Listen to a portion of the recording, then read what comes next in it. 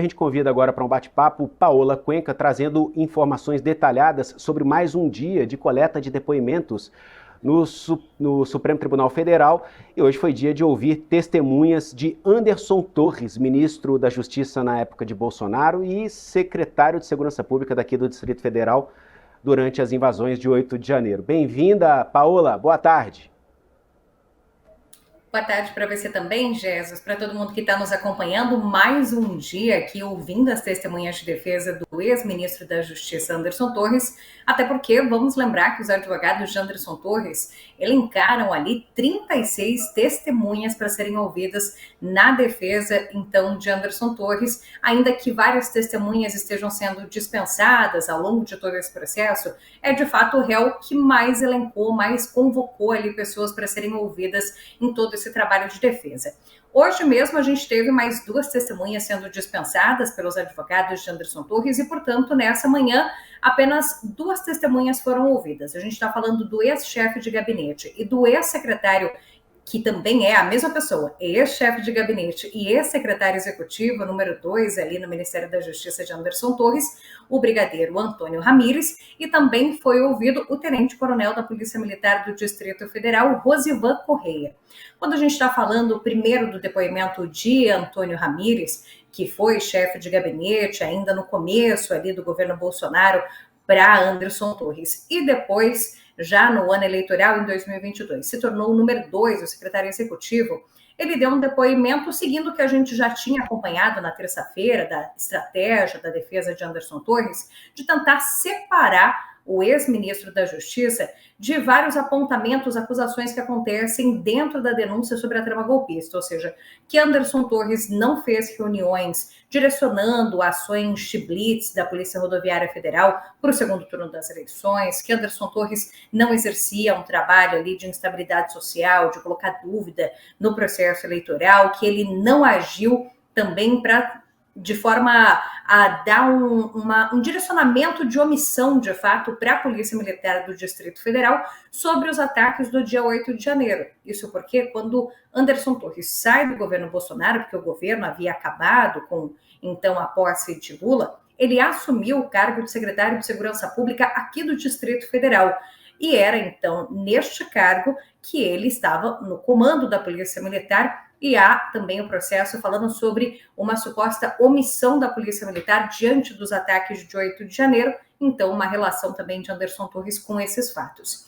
No depoimento que a gente ouviu de Antônio Ramírez, ele negando essas atitudes, enfim, de Anderson Torres, dizendo que não havia essa politização, direcionamento sobre questões de blitz da PRF, que também não havia uma intenção de causar instabilidade sobre as urnas, ele inclusive mencionou sobre aquela live de julho de 2021 que o presidente Jair Bolsonaro fez ao lado de Anderson Torres e que Torres lê trechos de um relatório da Polícia Federal sobre as urnas eletrônicas. Para a Procuradoria-Geral da República, essa live marca o início da trama golpista, dessa tentativa de gerar uma dúvida sobre o processo eleitoral, causar essa instabilidade social, que iria então desembocar no golpe de Estado, nessa tentativa de permanência de poder de toda a equipe de Jair Bolsonaro.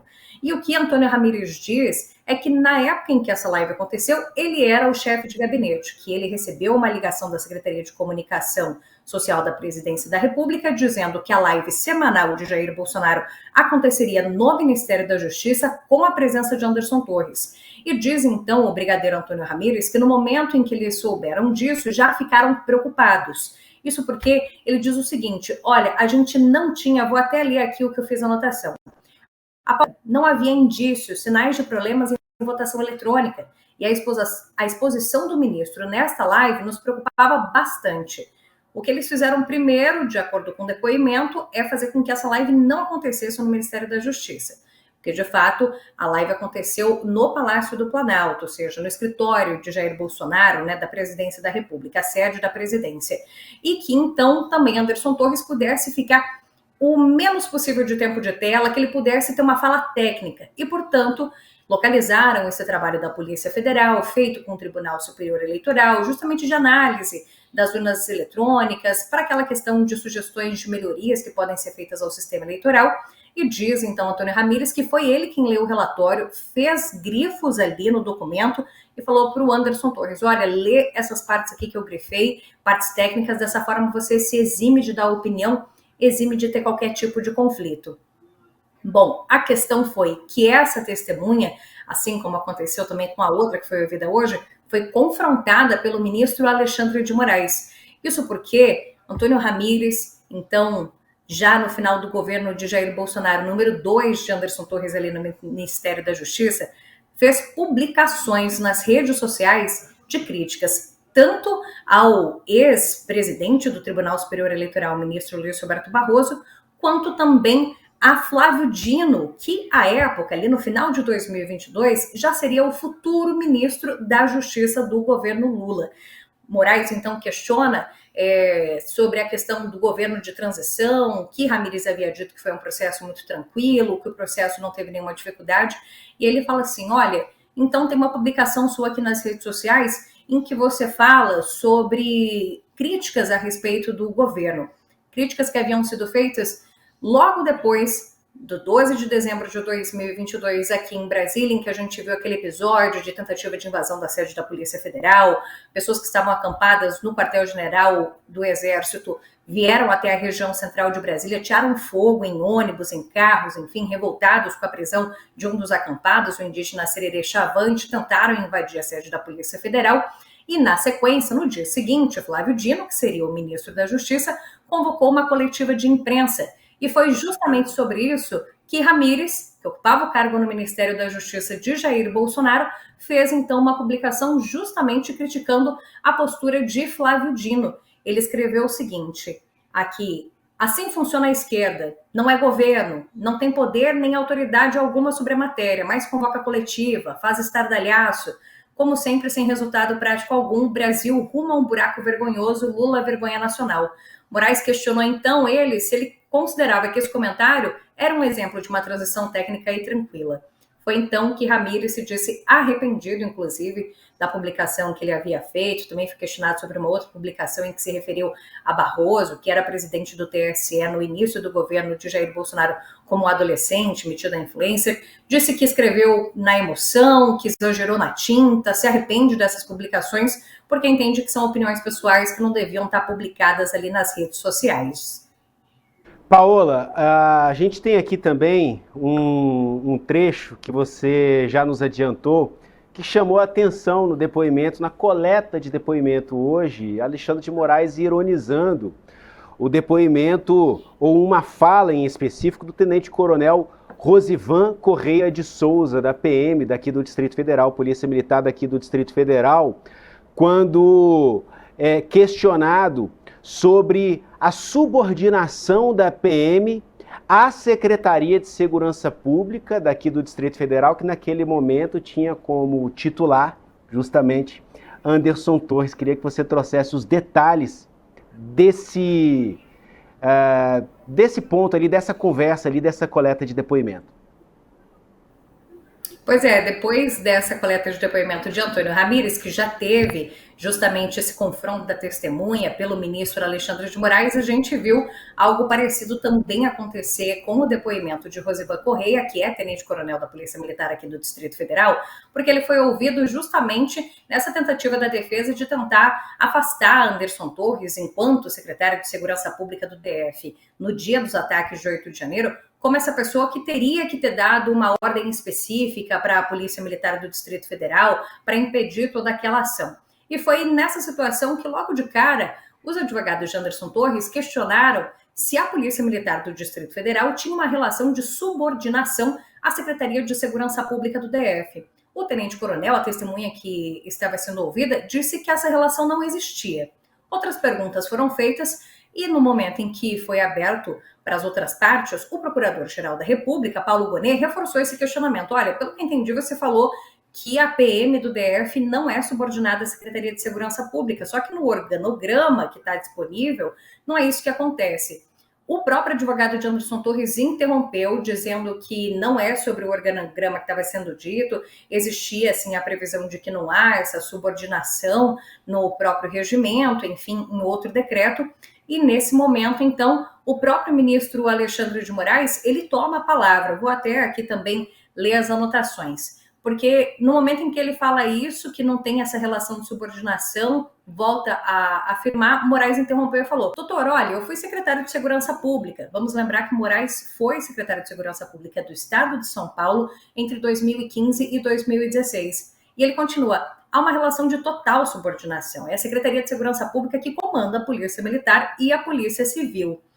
O tenente-coronel, a testemunha, teve a palavra mais uma vez e ele falou assim: olha, ministro, aqui no Distrito Federal há uma vinculação da Polícia Militar à Secretaria de Segurança Pública. Não há subordinação direta, como acontece em outros estados. E é nessa hora que Moraes, então, ironizou, falando: o secretário de Segurança Pública é uma rainha da Inglaterra aqui, querendo dizer no sentido de como a rainha da Inglaterra ela não é de governo no país, quem é chefe de governo é o primeiro-ministro, ou seja, ela não toma algumas decisões ali em todo o processo nacional. Ele quis fazer essa ironia. Então, o secretário é só um cargo ali colocado, mais decorativo do que de realmente exercer uma hierarquia, né? Exercer um mando a respeito das polícias.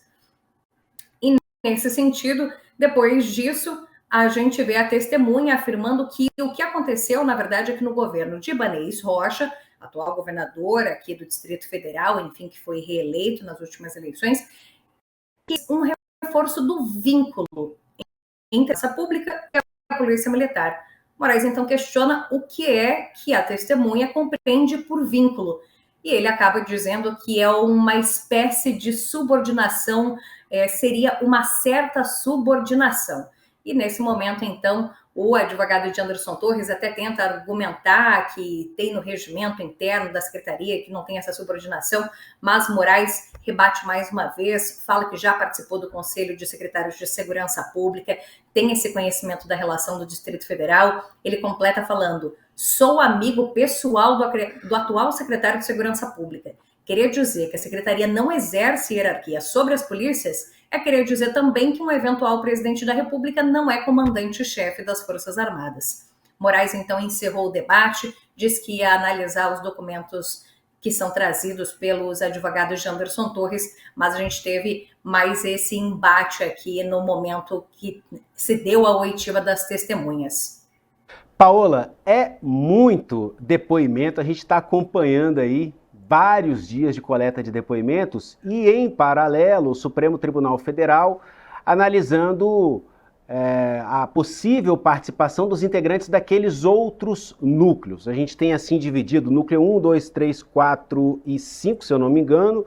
A gente está ainda falando da coleta de depoimentos dos supostos integrantes do núcleo 1, no momento em que a PGR ofereceu em blocos, partilhando ali ou dividindo em 5 núcleos, né, essa denúncia de acordo com as características de cada grupo de pessoas que teria envolvimento direto ou indireto com essa suposta trama golpista. Vamos dar uma geral, Paola? Atualiza pra gente em que pé que estamos em relação ao núcleo 1, quem já teve as suas respectivas testemunhas ouvidas pela primeira turma do STF, em que fase estamos quando falamos sobre os demais núcleos, 2, 3, 4 e 5. Vamos dar uma geral aqui para colocar a bola no chão, para a gente se situar aí no meio dessa quantidade enorme de informações, de depoimentos, etc. Bom, para a gente voltar então, a gente começou na segunda-feira da semana passada a fase da instrução processual, que começa com essa oitiva das testemunhas, que começaram, na verdade, pelas de acusação, que foram chamadas, então, pela Procuradoria-Geral da República, que é o órgão de acusação. Ouvimos, na sequência, as testemunhas de defesa do colaborador Mauro Cid, porque, por mais que ele tenha fechado o acordo de colaboração premiada, ele também é réu pelos 5 crimes que a gente está falando, golpe de Estado, organização criminosa armada, entre outros. E, então, a gente começou a escutar as testemunhas de defesa dos outros 7 réus, em ordem alfabética, mais ou menos, a agenda foi em ordem alfabética. Então já ouvimos as testemunhas de defesa de Alexandre Ramagem, Augusto Heleno, estamos ouvindo as de Anderson Torres, algumas testemunhas são comuns entre outros réus, também já são ouvidas por ali, as defesas já aproveitam para fazer as perguntas. A gente tem amanhã cedo mais testemunhas de defesa de Anderson Torres, e é na quinta-feira que a gente começa a ouvir as testemunhas de defesa de Jair Bolsonaro, e depois a gente vai ter mais uma ainda do general Walter Braga Neto.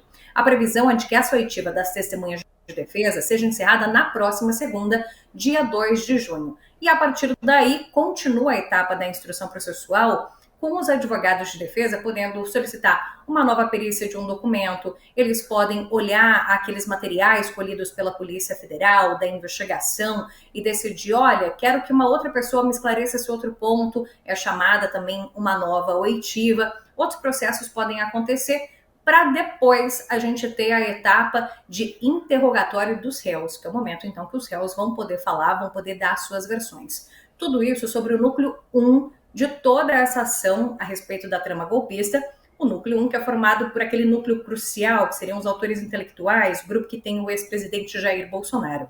Já os outros grupos, e a gente está falando, por exemplo, o grupo que a PGR aponta como responsável pela disseminação de desinformação, o grupo dos militares que teriam armado aqueles planos de envenenamento, sequestro de autoridades, temos também outros núcleos. Eles ainda estão no processo para abertura da ação penal, porque a partir do momento que o Supremo aceitou a denúncia por meio da análise na primeira turma, no órgão colegiado aqui da Corte, ainda assim, esses réus eles podem entrar em recursos a respeito do aceite da denúncia. E, inclusive, recursos são analisados para que só depois possa haver ou não a abertura da ação penal. Então, o núcleo que a gente tem mais adiantado, de fato, na análise, que já está na etapa de instrução processual, é esse núcleo 1, enquanto os outros seguem correndo. O que acontece é que um núcleo, o núcleo 5, que é formado somente pelo comentarista Paulo Figueiredo, esse é um núcleo que está parado. Isso porque Paulo Figueiredo hoje vive nos Estados Unidos, não foi intimado pessoalmente, justamente por conta disso. Foi feita uma intimação para que ele apresentasse a defesa prévia dele por um edital, por uma publicação no Diário de Justiça eletrônico, só que a própria Defensoria Pública, que então foi acionada, disse que não consegue contato com ele, não tem como apresentar uma defesa prévia a respeito, então o processo sobre ele, a análise de denúncia sobre Paulo Figueiredo, é um processo que está ali empacado, está travado. Mas sobre os outros núcleos, 2, 3 e 4, seguem andando para possível abertura de fato da ação penal, para que eles também iniciem essa etapa de instrução processual, oitiva de testemunhas, perícias e tudo isso que eu já comentei aqui que está acontecendo com o núcleo 1. Paola, e hoje a gente não tem depoimentos à tarde, na parte da tarde, e queria que você só esclarecesse esse ponto. E o que a gente vai encontrar hoje no SBT Brasil, a reportagem que você está trazendo para a gente?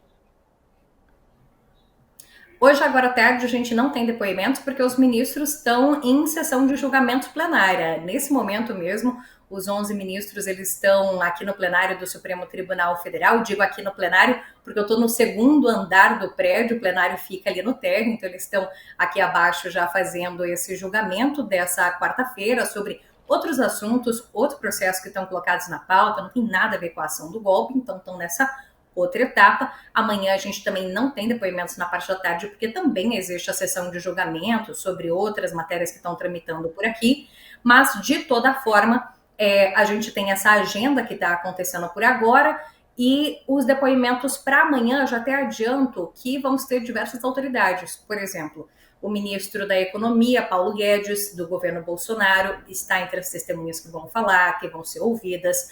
A gente tem também o ex-advogado-geral da União, Bruno Bianco. São diversas autoridades do governo de Jair Bolsonaro que serão ouvidas como testemunhas de defesa de Anderson Torres. Por SBT Brasil, a gente vai reunir todas essas falas do que foi dito hoje por essas testemunhas, como está caminhando justamente esse processo, e inclusive aquilo que eu dei uma lida aqui, a gente vai conseguir colocar as aspas para que o pessoal consiga acompanhar visualmente o que está sendo dito, porque eu lembro, foi proibido que jornalistas pudessem gravar áudios ou imagens dessas oitivas de testemunhas para evitar que houvesse uma interferência em depoimentos daquelas testemunhas que ainda não foram ouvidas. Então, o conteúdo audiovisual só vai ser liberado pelo Supremo na próxima semana, e, portanto, a gente fica aqui nessas anotações, nessas aspas, mas vamos trazer mais completa na SBT Brasil. Perfeito, Paola. Uma última pergunta e já libero você para você tocar a sua matéria para o SBT Brasil. Em relação a essa determinação de não fazer qualquer tipo de gravação. Isso vale para jornalista, isso vale para advogado, isso teve até um questionamento por parte dos integrantes dos corpos de defesa, vamos colocar assim também, associações que defendem o jornalismo aqui no Brasil.